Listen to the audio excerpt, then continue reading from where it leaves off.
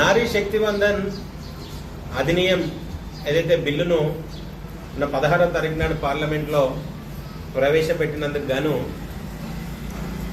మరి దేశవ్యాప్తంగా మహిళలు ఉత్సాహంగా రానున్న రోజుల్లో 33% రిజర్వేషన్ల ప్రక్రియ భాగంగా అసెంబ్లీ నుండి పార్లమెంట్ వరకు మాకు అవకాశాలు వస్తాయని పండుగ వాతావరణం చేసుకున్న తరుణంలో కాంగ్రెస్ పార్టీ మరి వారి కూటమి ఏదైతే ఆ బిల్లును వ్యతిరేకించిందో అందుకోసంగానే ఇలా యావత్ భారతదేశంలో ఉన్న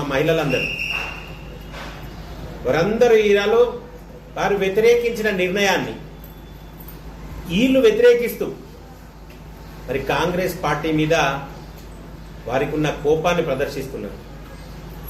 ఎప్పటి నుండో వేచి చూస్తున్న ఈ బిల్లు, ఎప్పటి నుండో వేచి చూస్తున్న ఈ అవకాశాలు కాంగ్రెస్ పార్టీ వారికి రిజర్వేషన్లతో సంబంధం లేదు, మహిళలకు రిజర్వేషన్ కావాలన్న ఆలోచనలో వాళ్ళు లేరు. వారు ఒకటే కుటుంబానికి సంబంధించి అయితే ఇందిరాగాంధీకి అవకాశం రావాలా, లేకపోతే సోనియా గాంధీకి అవకాశం రావాలా, లేకపోతే ప్రియాంక గాంధీకి అవకాశం రావాలన్న ఒక ఆలోచనలో ఉన్నారు తప్ప దేశంలో ఉన్న మహిళలందరికీ అవకాశాలు రావాలి, వారందరూ అభ్యున్నతిలో ముందుకు సాగాలన్న లక్ష్యంతో కాంగ్రెస్ పార్టీ లేదు. దానికి కాంగ్రెస్ పార్టీ పూర్తి వ్యతిరేకం అని చెప్పి ఈరోజు మొన్ననే పార్లమెంట్లో తెలిసింది. మరి దానికి ఇవాళ మహిళలు తీసుకునే నిర్ణయానికి వాళ్ళు తీసుకునే నిర్ణయానికి వీళ్ళు ఆ బాధను ఏదైతే ఆ వ్యతిరేకాన్ని వీళ్ళు అనుభవించడానికి సిద్ధంగా ఉండాలని చెప్పి కోరుతున్నాం. మరి ఇక్కడ ఉన్న శాసనసభ్యుడు ఆయనకు సంబంధించిన పార్టీకి ఒక్క ఎంపీ కూడా పార్లమెంట్లో లేడు. అయినా కానీ ఈ బిల్లు వ్యతిరేకించిన వర్గాలలో ఈ బీఆర్ఎస్ పార్టీ ఒకటి.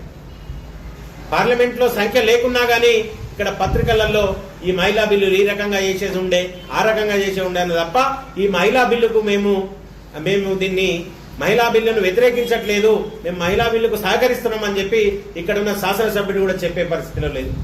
మరి ఇక్కడ ఎవరైతే కాంగ్రెస్ పార్టీ ప్రతినిధి ఉన్నాడో ఆది శ్రీనివాస్ గారు ఈ బిల్లుకు సరైన సంఖ్యాబలం లేదని కూడా ఎన్డీఏ పక్షాలు బిల్లును ప్రవేశపెట్టినాయని చెప్తున్నాడు. అయ్యా ఆది శ్రీనివాస్ గారు, బిల్లులో సరైన సంఖ్యాబలం లేకున్నా గానీ మీరు మహిళా మూర్తిల నారీ శక్తి వందన్ అభియాన్ బిల్లును మీరు వ్యతిరేకించరు, స్వాగతిస్తారు అని చెప్పి ఆ నమ్మకంతో మేము అమాయకంగా బిల్లు పెట్టినాం.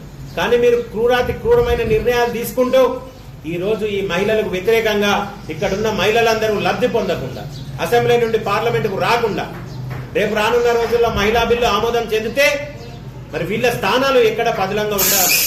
రానున్న రోజుల్లో మహిళలు ఈ కార్యక్రమాలకు వస్తే వీళ్ళ అవకాశాలను కోల్పోతామని చెప్పి ఆది శ్రీనివాస్ గారైనా సరే, కేటీ రామారావు గారైనా సరే, ఇటువంటి వ్యక్తులు వీళ్ళ అవకాశాల కోసం ఈ బిల్లును వ్యతిరేకించారు. యావత్ మహిళా ప్రజానీకం దీన్ని గుర్తించింది. రానున్న రోజుల్లో వాళ్ళు తీసుకునే నిర్ణయాలకు వీళ్ళు అనుభవించక తప్పదని చెప్పి తెలియజేస్తున్నాం. అయినా భారతీయ జనతా పార్టీ దీన్ని ఇడిసే పరిస్థితిలో లేదు. రానున్న రోజుల్లో ఏ రకంగానైనా సరే ఈ 33% బిల్లును పార్లమెంట్లో ప్రవేశపెట్టి వీళ్ళకి 33%ను కేటాయించాలనే దృఢ సంకల్పంతో ఇప్పుడున్న భారత ప్రభుత్వం మరియు ప్రధానమంత్రి నరేంద్ర మోదీ గారు ఉన్నారు. రానున్న రోజుల్లో భారతీయ మహిళలందరూ గుర్తెరగాలి.